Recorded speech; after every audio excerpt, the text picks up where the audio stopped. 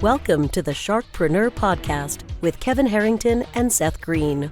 Kevin Harrington is the inventor of the infomercial, one of the original sharks from the hit TV show Shark Tank, and has generated over $5 billion in TV and digital direct response sales.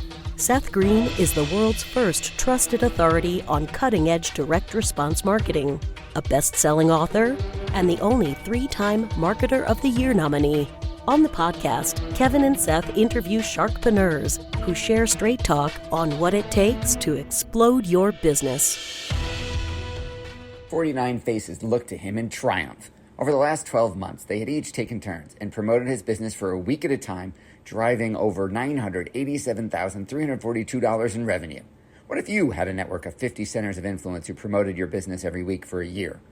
Grab your copy of the #1 Amazon best-selling book, The Ultimate Guide to Growing Your Business with a Podcast, at 33% off the Amazon price by going to ultimatepodcastbook.com. Again, that website for 33% off the Amazon price is ultimatepodcastbook.com. Welcome to the podcast. This is your host, Seth Green. Today, I have the good fortune to be interviewing a good friend, Anthony Blattner of Speedworks Social. Anthony's got a unique skill set, having spent years helping B2B and SaaS and tech companies cut acquisition costs while scaling their pipeline through high-performance LinkedIn ad campaigns. He's managed over $100 million in LinkedIn ad campaigns for more than 500 brands and is one of just 9 LinkedIn certified marketing experts in the US. Anthony, thank you so much for joining us. Hey, Seth. Thanks for having me on. I'm excited to be here. Our pleasure. So let's go back in time a little bit. How did you first get into the world of LinkedIn advertising? Yeah, that's a good question. If you would have asked me at the beginning of my career, did you wake up at 9 years old and say, I want to be a LinkedIn expert? If you would have told me at the beginning of my career I would be working on LinkedIn marketing, I would have been very surprised to hear that. I'll give you the short, quick version. Is I started my career in the tech world in doing software development. I moved to Austin to work for IBM. We did software development for big companies. I eventually started my own software development agency. We built a lot of mobile apps.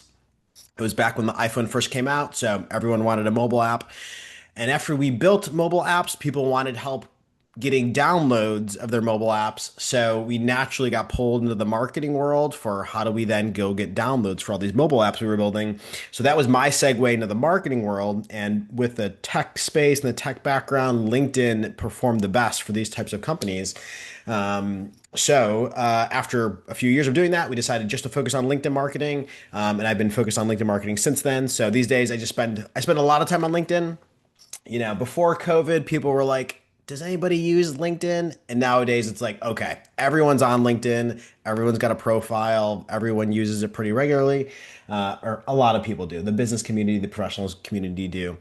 So, you know, it's been widely adopted. So that's my long and short answer for how I got into the LinkedIn marketing world. And back in the day, there weren't many people working on it. So just kind of, you know, been around the space for a long time. Awesome. It's funny that you mentioned that about people. I can't imagine people not using LinkedIn, right? I remember like 10 years ago doing a marketing meeting and a consultation for an accounting firm. And the very much older gentleman who was the founder of it said, when he said, I want these B2B, these types of companies, I said, they're all on LinkedIn. This is a LinkedIn marketing play, and then pitched. And then he said, I don't believe in LinkedIn. I think it's a fad. Yeah. And I said, are you aware that the box on your desk is a computer? So that didn't go so well. So let's talk about how the world has changed so much since then. So when people think LinkedIn advertising, they think the ads in their newsfeed that show up. And if they've ever tried LinkedIn advertising, I'm sure you've heard the, oh my God, LinkedIn newsfeed advertising, it cost me $7, $10, $20 a click. It's too expensive. We couldn't make it work. I know you know that's not true, and I know you've got the solution. So what do you say to people when they tell you crap like that? Yeah, so there's two things there. First one is just the quality of the traffic you're going to be getting. And now I'm not going to say LinkedIn's perfect for everybody. It is best for when you're looking to target a niche professional at scale. LinkedIn's the only platform that offers a lot of these options for company size, company industry, and job title targeting. So when you need those options, then that's when LinkedIn's going to be a great fit for you. If you're selling to all business owners, maybe you are better on like a Meta or other platform like that. So that's kind of first caveat. Second one is the the quality of the traffic that you are going to get with LinkedIn. When you're looking to get a niche professional, maybe you want an owner of a financial services firm. You're looking to get, those financial advisors, people like that. It's very hard to target those people on other channels. So on LinkedIn, you can type in those exact criteria and you can find those exact people.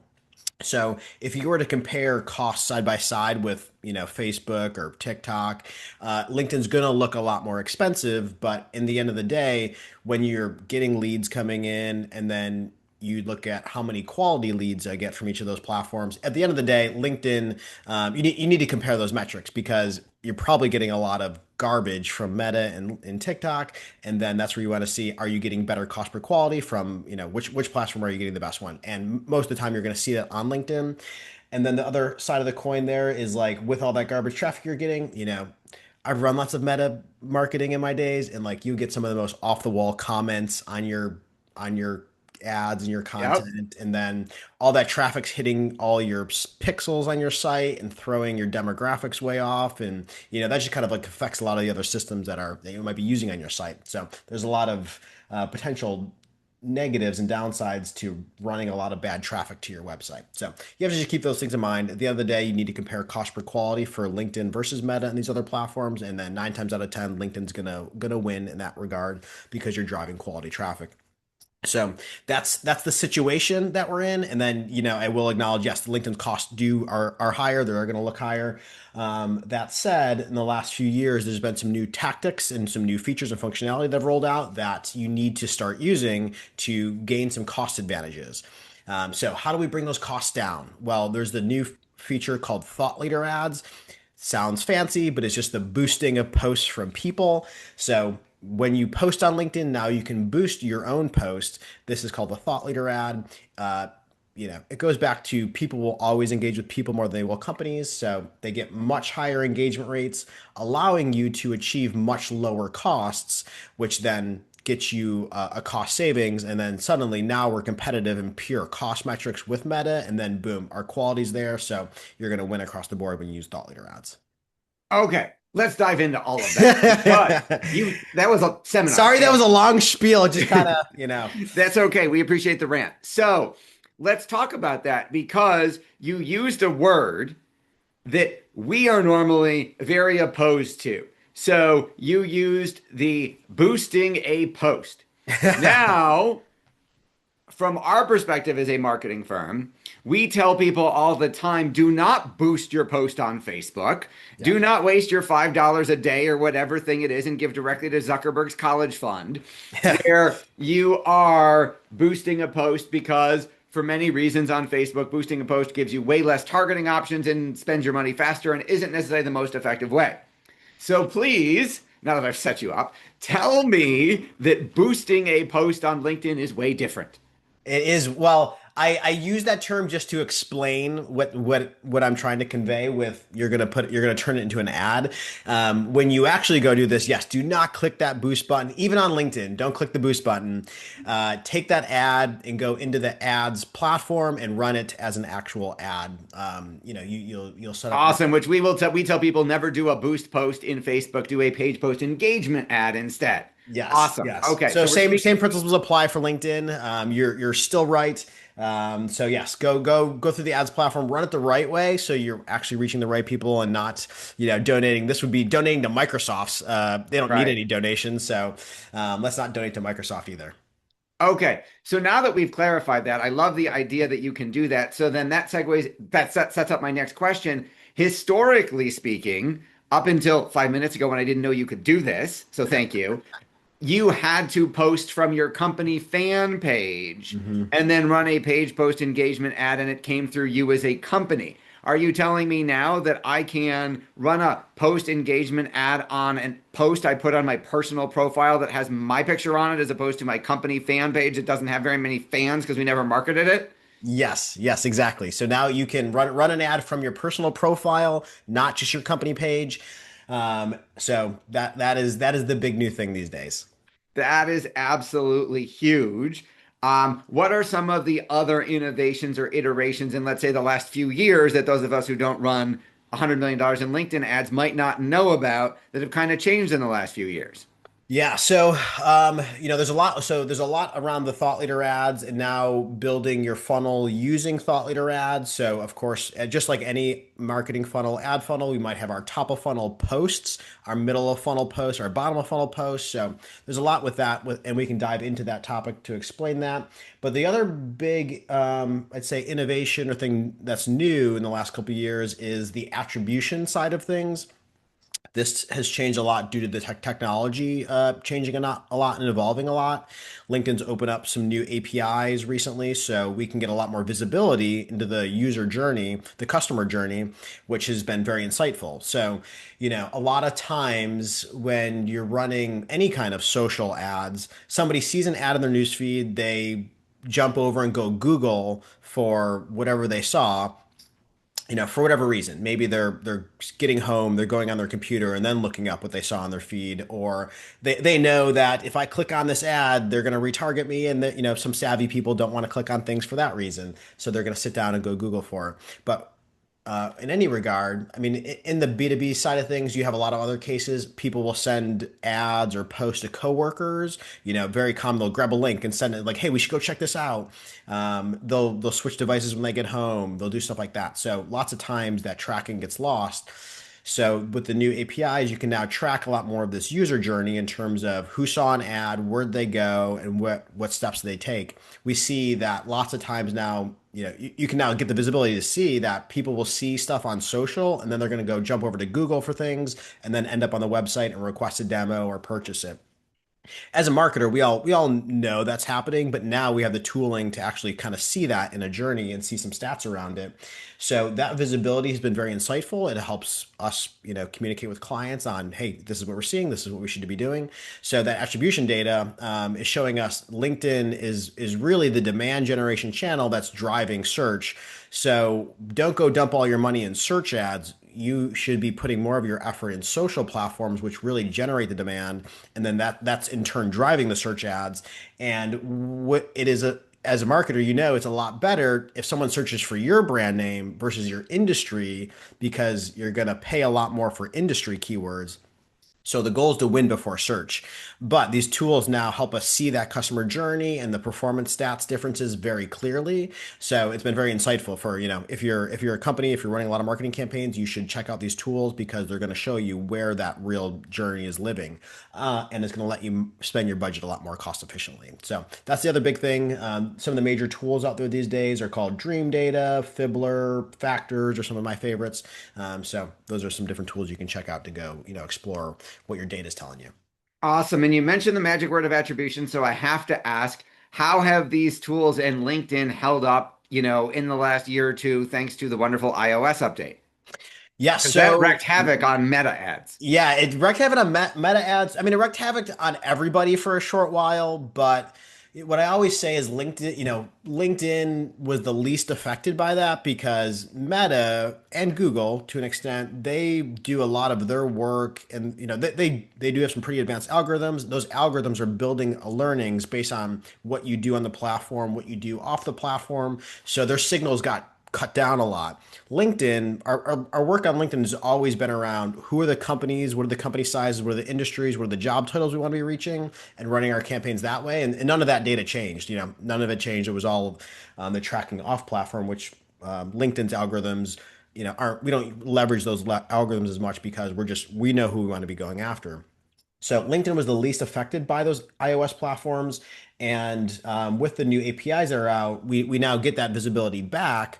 LinkedIn is now be able to tell us, who saw what ads, what companies, and then, when you put together your ecosystem of your social platforms, your CRM systems, and really with these other tools, you can connect your email systems, all your ads platforms, everything, your website analytics, and then this is building the journey for you.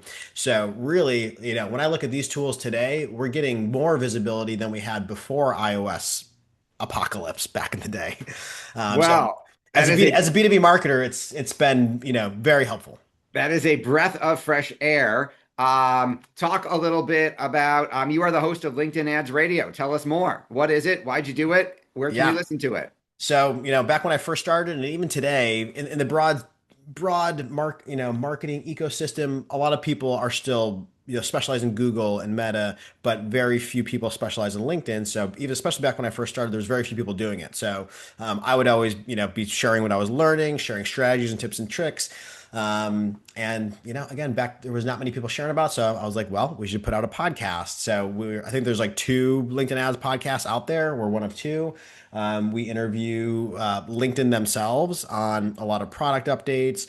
I just had somebody from the B2B Institute, which is LinkedIn's quote unquote think tank. They do a lot of, obviously LinkedIn has a lot of their own proprietary data. So the B2B Institute does a lot of analysis, trends around that. So we interviewed people like that, other practitioners, other companies that are having success with LinkedIn ads. So hey, if you're selling B2B and you want to learn LinkedIn ads, go check out our podcast.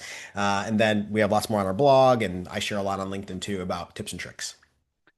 Awesome. You've helped so many people and helped them succeed, and so many businesses succeed with LinkedIn ads. What's your biggest challenge now?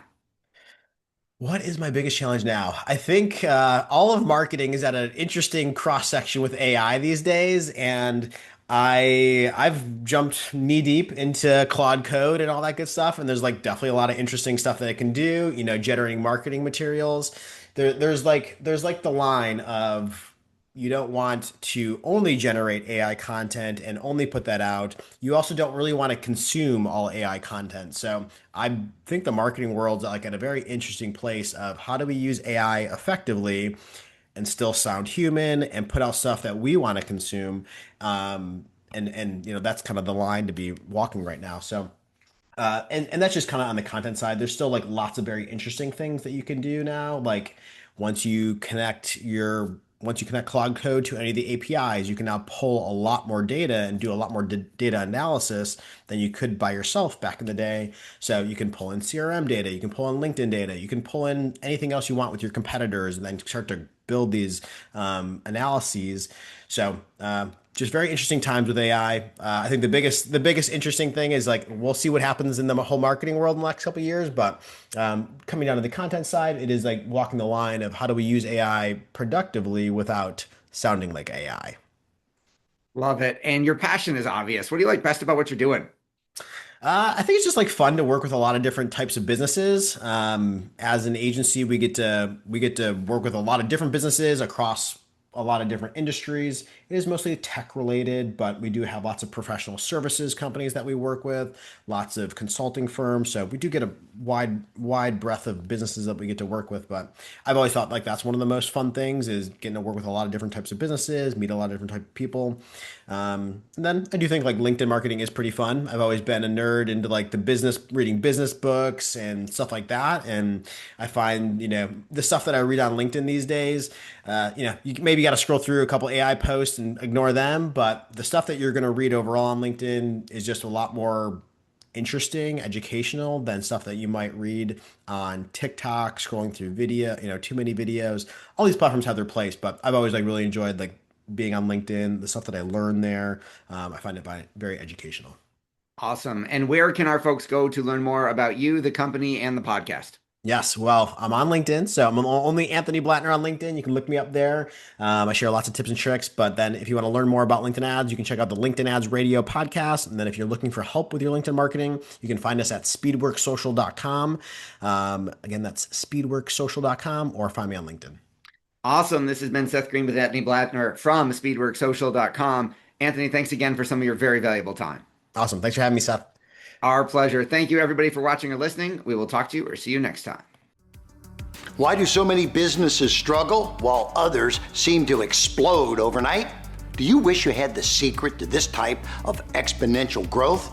Now, I've scaled more than 20 businesses to over $100 million, and it's not just luck. In my new book with Mark Tim, Mentor to Millions, you'll learn the repeatable framework I use in all my business ventures for massive success. Order at kevinmentor.com and get over $1,000 in bonuses. Head to kevinmentor.com.